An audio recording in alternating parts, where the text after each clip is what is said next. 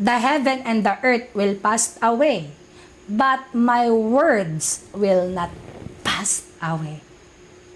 Mangyayari talaga to. Mangyayari talaga to, maniwala kayo. At nangyaya, ang mga tao, nakafocus pa sa gera. Sabi nila, hala, naggegera na ang Iran at saka ang Jerusalem. Ano yun, malapit na siguro talaga ang Panginoon, mga 5 years, 10 years. Ano ga? Eh, noong 1940 something, doon nagsimula ang Israel na magkameron ng gera. 1940 something, tingnan mo ngayon, anong taon na? 2026, nagagarahan pa din. Sobrang wicked ng mundo. He is coming, He is coming. People is not aware, people is not aware. Ang talino ng Diyos, ang talino ng Diyos, hindi siya madadaya, hindi siya madadaya. Hindi siya madadaya, maniwala kayo. Anong sabi dito? Pakinggan natin ulit. Kaya kailangan niyo sumama sa amin everyday. Why? Yung apoy sa inyong mga puso ay laging eager sa Panginoon. Lagi kayong hungry sa salita ng Diyos.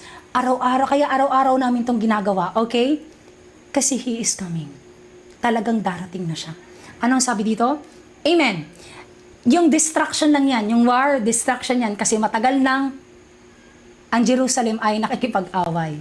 Tsaka guys, ang Jerusalem po ngayon ay hindi na Jerusalem talaga dati. Okay? Ang mga tao po dyan, pamula nung ang Jerusalem ay naging bansa, ang mga tao dyan ay hindi na lehitimong Jewish. Okay? Sa madali pong salita, sa Israel po, ang mga tao dyan ay hindi na lehitimong. Kunwari, ako Pinoy. Diba? Ako isang Pinoy. Dahil ako ay Pinoy, gusto kong lumipat ngayon ng Israel at magpa-citizen sa Israel. So ngayon, kumuha ako ng visa, kumuha ako ng ganito. Ngayon, lahat kinuha ko para maging citizen ako ng ano. Ngayon, ang tawag na sa akin kasi ako nasa Israel ay Jewish. Pero siya ay Pinoy. Yun na po yung nangyayari dyan. So ang mga nakatira dyan ay hindi po lehitimong Jewish. Kasi nung panahon po ni Hitler, inubos ni Hitler ang totoong Jewish. Okay? Nung World War I ba yun o World War II, inubos po ni Hitler ang totoong Jewish. So yung mga nandyan po sa Jerusalem ay hindi na lehitimong Jewish.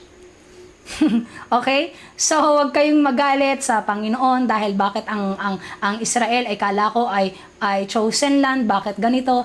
Eh hindi nga yan Jewish na. Kasi itong mundo to ay mundo ni Satanas. Kaya kontrolado niya ang nangyayari dito. I-search nyo nung inubos ni Hitler. At saka meron pong movie yon, yung inubos ni Hitler, ang totoong Jewish. Panoodin nyo yan. Nasa Netflix yan kung di ako nagkakamali.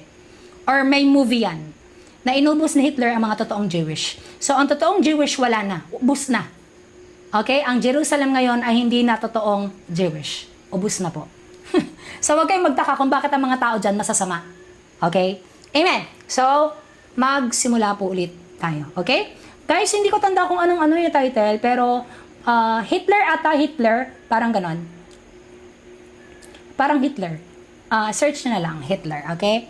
Anong sabi dito?